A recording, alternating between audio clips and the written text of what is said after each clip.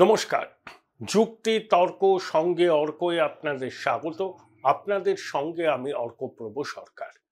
চট্টগ্রামের চিন্ময় কৃষ্ণ প্রভু জামিন পেলেন না।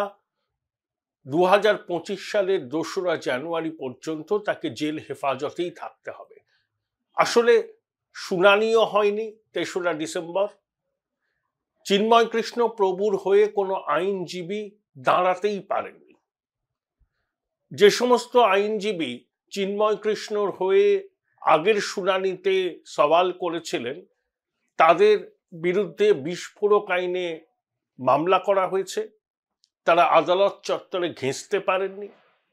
আবার যারা চিন্ময় প্রভুর হয়ে দাঁড়াবার পরিকল্পনা করেছিলেন, হেফাজতে ইসলামের সদস্যরা হুমকি দিয়েছেন যে তারা যদি চিন্ময় কৃষ্ণ প্রভুর হয়ে দাঁড়ান তাহলে তাদের খুনের মামলায় ফাঁসিয়ে দেয়া হবে। শেষ পর্যন্ত কোনো আইনজীবী চিন্ময় কৃষ্ণর হয়ে সওয়াল না করায় বিচারক শুনানি পর্যন্ত করতে পারেননি এবং তার জেল হেফাজতে থাকার মেয়াদ আরো 1 মাস বেড়েছে। এই হচ্ছে বর্তমানে বাংলাদেশের অবস্থা। আরো একটি মামলায় চিন্ময়কে ফাঁসিয়ে দেওয়া হয়েছে। জঙ্গি জেহাদি ইউনূস সরকারের কাজকর্ম সম্পর্কে এবার হয়তো বিশ্ববাসী অবহিত হবেন। ইতিমধ্যেই অনেকে অবহিত হয়েছেন।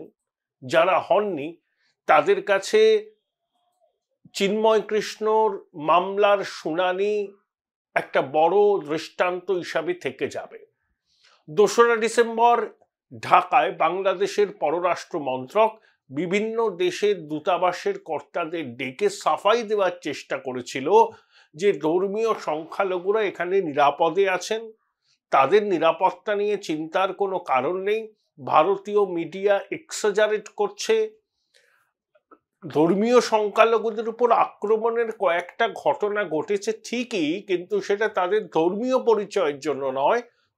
তারা আওয়ামী লীগের সমর্থক, আওয়ামী লীগের একটা সলিড হিন্দু সাপোর্ট বেস আছে, তাই আওয়ামী লীগের বিরুদ্ধে জনরোষ যেটা হয়েছিল তার অভিঘাত হিন্দু ধর্মাবলম্বীদের উপর পড়েছে।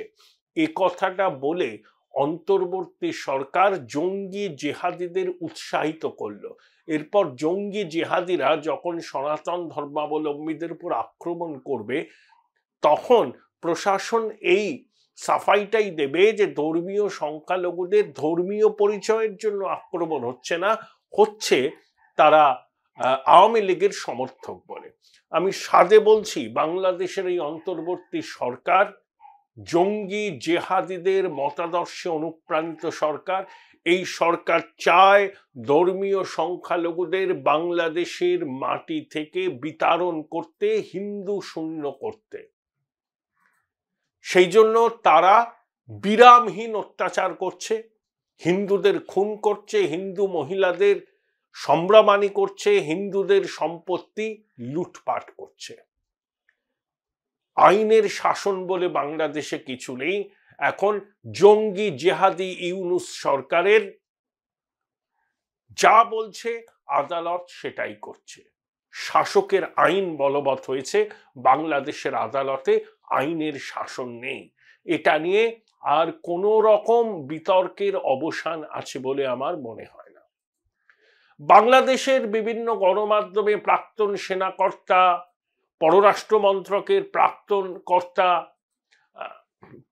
নিরাপত্তা বাহিনীর প্রাক্তন সদস্য, কিছু এক্সপার্ট বারবার করে বলছেন যে ভারত বাংলাদেশের সীমান্তে 35,000 সেনা মোতায়েন করেছে, আধুনিক ক্ষেপণাস্ত্র ওখানে মোতায়েন করেছে।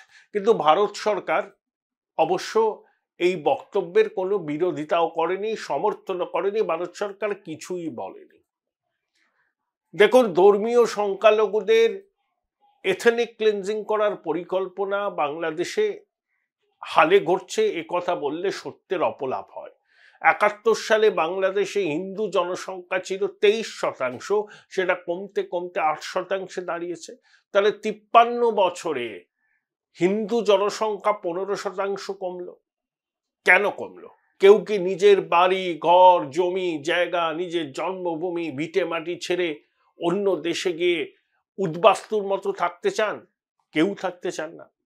তারা বাধ্য হন দেশ ছাড়তে, এবং তারা বাধ্য হয়েছিলেন এই জন্যই যে তাদের বাংলাদেশের মাটিতে দ্বিতীয় শ্রেণীর নাগরিক হিসাবে ট্রিট করা হচ্ছিল। হাসিনা আমলেও হয়েছে, তার আগে সেনা শাসনেও হয়েছে, বিএনপির আমলেও হয়েছে, আওয়ামী লীগের সময় অত্যাচার একটু কম ছিল কিন্তু হয়েছে। কিন্তু এখন যা ঘটনা ঘটছে তা সর্বকালীন রেকর্ড। এখন প্রশ্ন হলো, ভারত কি শুধু চুপচাপ বসে থাকবে? শুনে রাখুন, ভারত চুপচাপ কিন্তু আদপেই বসে নেই। মমতা বন্দ্যোপাধ্যায় বলেছেন 10 দিন হয়ে গেল, ভারত সরকার চুপ কেন? সংসদে একটা লিখিত বিবৃতি দেয়া হয়েছে। পররাষ্ট্র মন্ত্রকের মুখপাত্র সাংবাদিক বৈঠক করে পরিস্থিতি ব্যাখ্যা করেছেন, ভারতের উদ্বেগ জানিয়েছেন।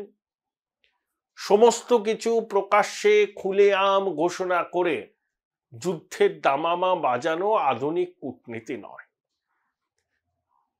কেউ বলছেন যে বাংলাদেশে ভারতের কূটনীতি ডাহা ফেল করেছে। আমি তাদের সঙ্গে ভিন্ন মত পোষণ করি।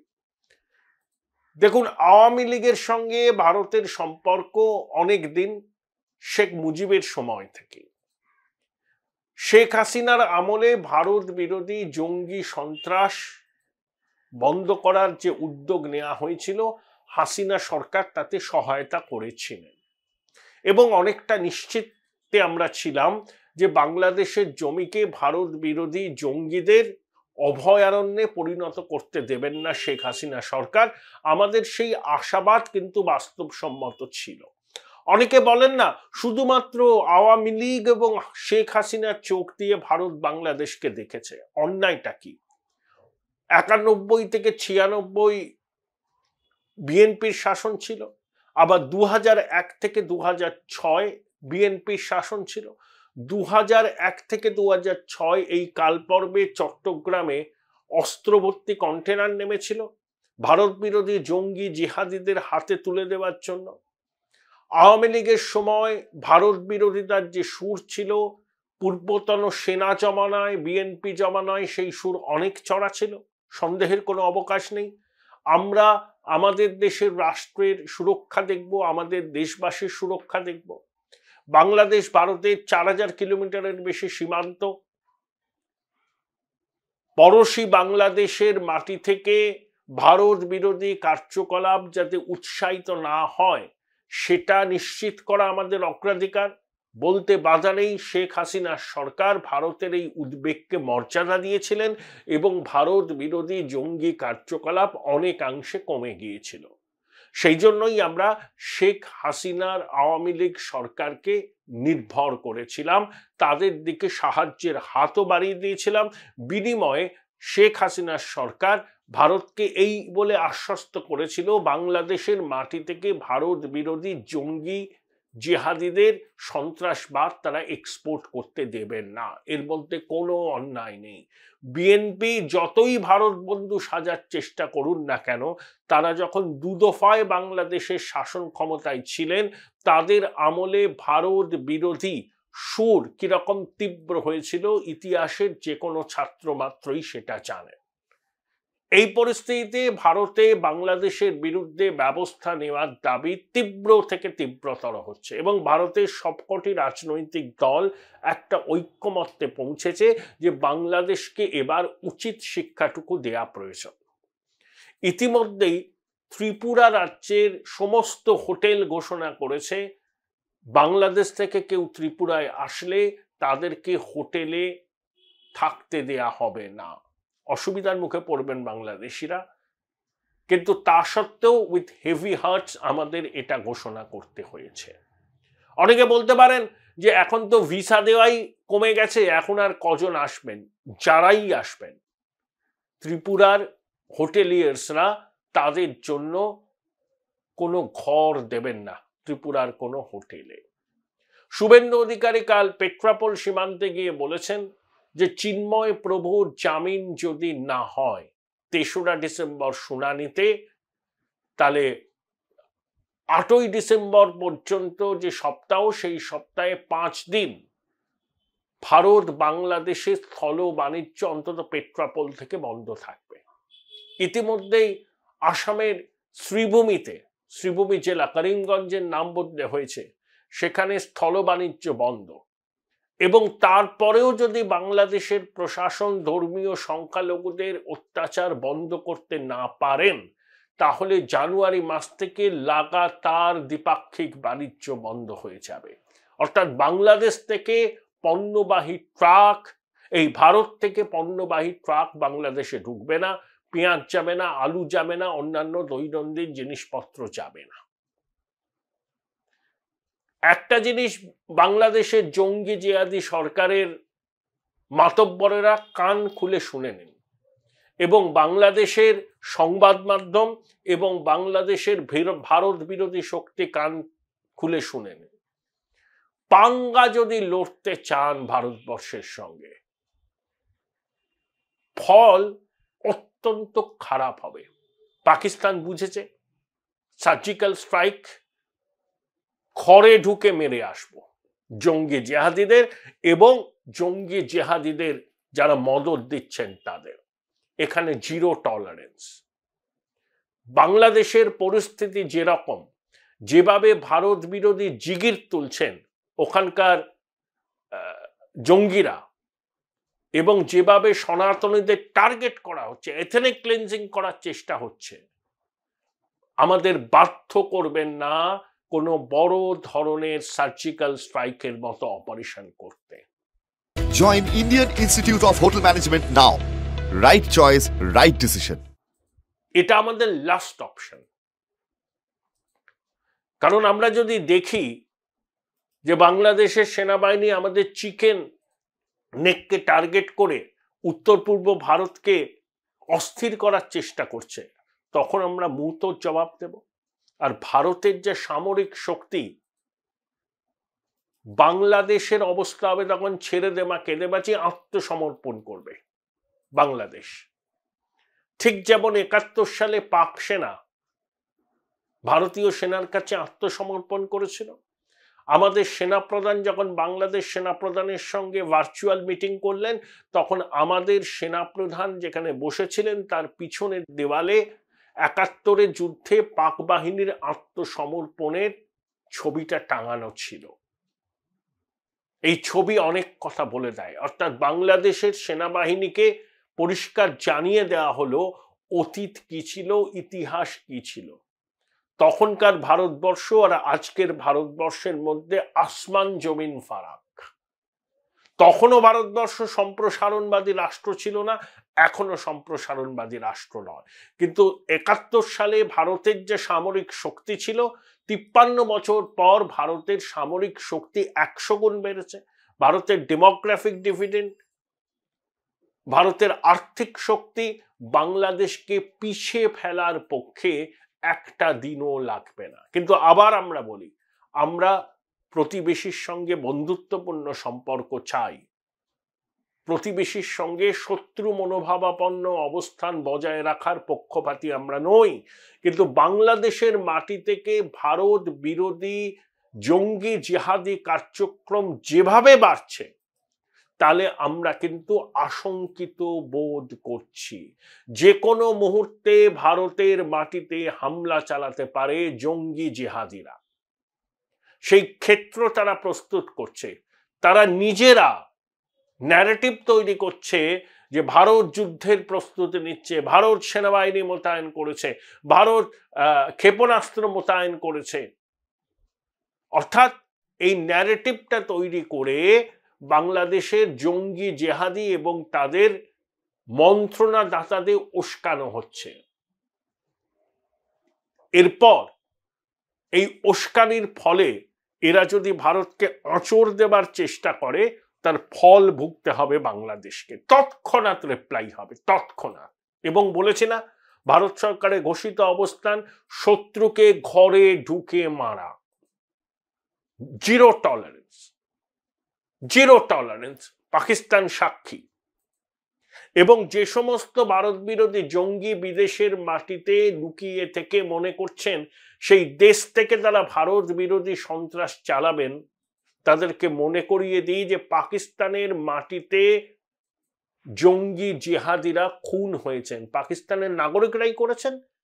পাকিস্তানের শুভবুদ্ধি সম্পন্ন নাগরিকরা যারা মনে করছেন যে এই জঙ্গি জিহাদিদের জন্য পাকিস্তানের বদনাম হচ্ছে, বৃহৎ প্রতিবেশী ভারতের সঙ্গে সম্পর্ক তলানিতে ঠেকেছে, তারাই উদ্যোগ নিয়েছেন এই জঙ্গি জিহাদিদের এলিমিনেট করার জন্য। যারা ভারতকে আঁচড়াবার চেষ্টা করবে, যারা রক্তাক্ত করার চেষ্টা করবে, যারা ভারত বিরোধী ষড়যন্ত্রে লিপ্ত হবে, তাদের কোনো ক্ষমা নেই, খড়ে ঢুকে মারা হবে। সেটাকে আপনি সার্জিক্যাল স্ট্রাইক বলুন বা লিমিটেড অপারেশন বলুন, সেসব করতে আমরা পিছপা হব না। কারণ 140 কোটি ভারতবাসীর সুরক্ষা নিশ্চিত করার দায়িত্ব ভারতের, এখানে কোনো কম্প্রোমাইজ হবে না। ইউনূসের অন্তর্বর্তী সরকার জঙ্গি জিহাদিদের একেবারে খোলা ছুট দিয়ে দিয়েছে। জোসেফুদ্দিন রহমানির মতো আন্তর্জাতিক মানের সন্ত্রাসবাদী মুক্তি পেয়েছে, সে মুক্তি পেয়েই ভারতকে টুকরো টুকরো করার হুমকি দিচ্ছে। তাদের লক্ষ্য হচ্ছে চিকেন নেক। চিকেন নেককে যদি কোনো রকম ভাবে আক্রমণ করা যায়, তাদের ধারণা উত্তর পূর্ব ভারতের সঙ্গে বাকি ভারতের যোগাযোগ বিচ্ছিন্ন করা যাবে, এই তাদের পরিকল্পনা। তা এই পরিকল্পনাকে আমরা তাদের সফল হতে দেব? শোনা যাচ্ছে পাক বিমান বাহিনী 50টা বিমান ওই চিকেন নেকের অদূরে তাদের যে সেনাঘাঁটি আছে সেই সেনাঘাঁটিতে রাখতেই পারে। তাদের মাটিতে তাদের নৌবাহিনী, এই বিমান বাহিনী কোথায় থাকবে সেটা তাদের ব্যাপার। কিন্তু এটা যদি ভারতকে চাপ দেওয়ার কৌশল হয়, ভারতকে যদি প্ররোচিত করার চেষ্টা হয়, ভারত মুতোর জবাব দেবে। চিন্ময় কৃষ্ণ প্রভুর হয়ে আইনজীবী দাঁড়াতে পারলেন না, এরপর সুদখোর জঙ্গি জেহাদি ইউনূস সরকার কোন মুখে বড় কথা বলেন যে ওখানে ধর্মীয় সংখ্যালঘুরা নিরাপদে আছেন, তারা আক্রান্ত হচ্ছেন না, মিডিয়ার এক্সাজারেশন। তাহলে একজন আইনজীবী কেন চিন্ময় প্রভুর হয়ে সওয়াল করতে পারলেন না? চিন্ময় প্রভুর হয়ে সওয়াল করেছিলেন রমেন রায় বলে একজন আইনজীবী, তিনি জীবন মৃত্যুর মধ্যখানে দাঁড়িয়ে আছেন, তিনি কার্যত মৃত্যুর সঙ্গে যুদ্ধছেন। তার বাড়িতে গিয়ে তাকে নির্মমভাবে আক্রমণ করা হয়েছে, হত্যার চেষ্টা করা হয়েছে। কি বলবে বাংলাদেশের অন্তর্বর্তী সরকার? এটা সংবাদ মাধ্যমের অতিশয়োক্তি, এক্সাজারেশন। অর্থাৎ বাংলাদেশের অন্তর্বর্তী সরকার মুখে ভালো ভালো কথা বলছে আর কাজের ক্ষেত্রে জঙ্গি জিহাদিদের পরোক্ষে মদত দিচ্ছে। সরকার না চাইলে এই ধরনের ঘটনা ঘটতে পারে না। সরকার চাইছে এমন একটা পরিস্থিতি তৈরি করতে যাতে সনাতনীরা প্রাণ বয়ে বাংলাদেশের মাটি ত্যাগ করে ভারতে এসে আশ্রয় নিক, তাহলে তারা সনাতনীদের সম্পত্তি, ব্যবসা প্রতিষ্ঠান দখল করতে পারবে এবং বাংলাদেশকে হিন্দু শূন্য করতে পারবে। এটা তাদের ঘোষিত লক্ষ্য, এর মধ্যে কোনো রকম অ্যাম্বিগুইটি নেই। আমি ভারতবর্ষের সমস্ত সনাতনী, বিশ্বের সমস্ত সনাতনী এবং বাংলাদেশে যারা লড়াই করছেন সনাতন ধর্মের জন্য, তাদেরকে একজোট হবার ডাক দেব। এ লড়াই বাঁচার লড়াই, এ লড়াই জিততে হবে, যে কোনো মূল্যে জিততে হবে। এখানে আর কোনো শিথিলতার জায়গা নেই। বাংলাদেশকে সনাতনী শূন্য হতে আমরা দেব না। অনেকে বলছেন যে বাংলাদেশের নাগরিক তো এই হিন্দুরা, তাদের নিরাপত্তার দায়িত্ব বাংলাদেশের সরকারের, ভারত কেন ইন্টারফেয়ার করছে? একটা কথা শুনে নিন, ভারত ধর্মনিরপেক্ষ দেশ। কেন ধর্মনিরপেক্ষ ভারত? 100 কোটির বেশি এখানে সনাতনী। পৃথিবীর যে কোনো প্রান্তে সনাতনীরা আক্রান্ত হলে, বিশেষ করে ভারতীয় উপমহাদেশে সনাতনীরা আক্রান্ত হলে ভারতবর্ষ প্রতিবাদ করবে। কারণ বিশ্বের সনাতনীদের, বিশেষ করে ভারতীয় উপমহাদেশের সনাতনীদের অভিভাবক হচ্ছে ভারতবর্ষ এবং যশস্বী প্রধানমন্ত্রী নরেন্দ্র মোদী, যাকে সবাই হিন্দু হৃদয় সম্রাট বলে। এটা ভারত সরকারের দায়িত্ব, নৈতিক কর্তব্য আক্রান্ত সনাতনীদের পাশে দাঁড়ানো। সেই আক্রান্ত সনাতনীরা বাংলাদেশের নাগরিক হতে পারেন, তাতে কিছু যায় আসে না, কিচ্ছু যায় আসে না। সনাতনীরা আক্রান্ত হলে আমরা প্রতিবাদ করব গণতান্ত্রিকভাবে, যতটা সম্ভব কূটনৈতিকভাবে সমস্যার সমাধানের চেষ্টা করব, কিন্তু সবারই একটা ধৈর্যের সীমা আছে।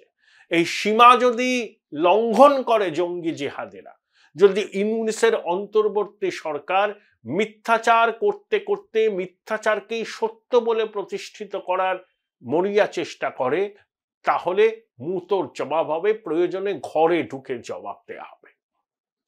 জঙ্গি জিহাদিদের ইনফ্রাস্ট্রাকচার ভাঙতে হবে, এমন ভাবে ব্যবস্থা নিতে হবে এই জঙ্গি জিহাদিরা আর যাতে মাথা তুলে দাঁড়াতে না পারে, মাথা ভেঙে দিতে হবে। দেখছেন না, পাকিস্তান 1000 বছর ধরে ভারতের সঙ্গে যুদ্ধ করবে বলেছিল, ভুট্টো বলেছিল 71 সালে যুদ্ধে হেরে গিয়ে। সেই যুদ্ধই পাকিস্তান করছে, রীতিমতো ছায়া যুদ্ধ। পরিণতিটা কি হয়েছে? নিজেরাই সন্ত্রাসবাদের শিকার, নিজেরাই আক্রান্ত হচ্ছে, সাধারণ মানুষ মারছে। জঙ্গি জিহাদির সঙ্গে সেনাবাহিনীর লড়াইয়ে সাধারণ মানুষের রক্ত ঝরছে। বালুচিস্তান আজ বাদে কাল বেরিয়ে যাবে। পাক অকুপাইড কাশ্মীর থেকে দাবি উঠছে এনাফ ইজ এনাফ, আমরা ভারতের সঙ্গে মিশবো। আজ না হয় কাল ওই পাকিস্তান অকুপাইড কাশ্মীরও কিন্তু আমাদের অংশ হবে। বাংলাদেশ কান খোলকে শুনলো, কান খোলকে শুনলো। তোমার নতুন মিত্র পাকিস্তান টুকরো টুকরো হবে। একবার 71-এ আমরা টুকরো করেছিলাম, প্রয়োজন হলে পাকিস্তান নিজেই টুকরো হবে। আর তোমাদের নতুন মিত্র যাদের খাওয়ার পয়সা নেই, IMF এর কাছে পা ধরে, টাকা দাও টাকা দাও টাকা দাও, বেতন দিতে পারছি না। মার্কিন ডলার, 1 মার্কিন dollar is equal to 280 Pakistani rupee, inflation 38%। বুঝতে পারছেন? নতুন মিত্র বাংলাদেশের তো হবেই। তো বাংলাদেশের শাসন ক্ষমতায় যারা আছেন, তাদের পিছনে যারা আছেন, তারা তো বাংলাদেশের স্বাধীনতা যুদ্ধের বিরোধী। তারা তো মানতে পারেননি 71-এ পাকিস্তানের পরাজয় ভারতীয় সেনাবাহিনী এবং মুক্তিবাহিনীর হাতে। তারা বাঙালি জাতীয়তাবাদকে গুরুত্ব দেয় না। তাদের মনে হয়েছে 71 সালের পরাজয় জিন্নাত দ্বিজাতি তত্ত্বের পরাজয়। সেই প্রতিশোধ নেবার জন্য বাংলাদেশের এই অভ্যুত্থান, এই অভ্যুত্থানের পরে যারা এসছেন তারা জিহাদি মতাদর্শে দীক্ষিত, মাদ্রাসা শিক্ষিত, এবং তাদের কাছে মস্তিষ্কবর্তী ঘৃণা ঘৃণা ঘৃণা, সংখ্যালঘুদের প্রতি ঘৃণা, যারা ধর্মীয়ভাবে সহিষ্ণু তাদের বিরুদ্ধে ঘৃণা। অর্থাৎ ঘৃণার চাষ হচ্ছে এদের মস্তিষ্কে। যাদের মস্তিষ্কে ঘৃণার চাষ হয় তাদের সঙ্গে কি সুসম্পর্ক বজায় রাখা যায়? যায় না। ধৈর্যের পরীক্ষা নিচ্ছে ইউনূস আমাদের। আমরা বড় দেশ, সনাতনী দেশ, উদার মানসিকতা, সম্প্রসারণবাদে বিশ্বাস করি না। আমরা সহ্য করছি, এখনো পর্যন্ত কূটনৈতিক পথে চেষ্টা করছি সমস্যা নিরসনে। তবে আমার ধারণা জল যেভাবে ঘোলা হচ্ছে, যেভাবে বাংলাদেশ ঘোলা করছে মিথ্যাচার করে, এর মাসুল তাদেরকে দিতে হবে। আর যে বলে শেষ করব, পৃথিবীর ইতিহাসে এটা কোথাও হয়েছে? একটা দেশ ভারতীয় সেনাবাহিনী স্বাধীন করলো, হানাদার পাক বাহিনীকে সরালো, সেই দেশকে নিজের অংশ হিসাবে রাখলো না, স্বাধীন রাষ্ট্র হিসাবে ঘোষণা করলো। বাংলাদেশের মানুষের চিরকাল এই কৃতজ্ঞতাটা থাকা উচিত। তারা যদি অকৃতজ্ঞ হন, ইতিহাস ক্ষমা করবে না। অনেকে বলছেন দাদা ইসরায়েলকে দেখে ভারতের শেখা উচিত, যেভাবে হামাসকে তারা ধ্বংস করছে, হেজবুল্লাহকে ধ্বংস করছে, ভারত কেন পারছে না? অনেকে বলছেন পুতিনের রাশিয়াও ক্রাইমিয়া দখল করে নিয়েছে, ইউক্রেনের রুশ বাসাবাসী অঞ্চল দখল করবে, ভারতবর্ষ কেন করছে না? পুতিন করতে পারে, সেটা তার ব্যাপার। প্রথম থেকেই বলি আমরা শান্তিকামী রাষ্ট্র, সম্প্রসারণবাদী রাষ্ট্র নয়, কিন্তু আমাদের আঁচড়ানো কামড়ানোর চেষ্টা করা হলে ঘরে ঢুকে মেরে আসার ক্ষমতা ভারতবর্ষ রাখে। এটা বাংলাদেশের জঙ্গি জিহাদি এবং তাদের মদতদাতারা শুনে নিন।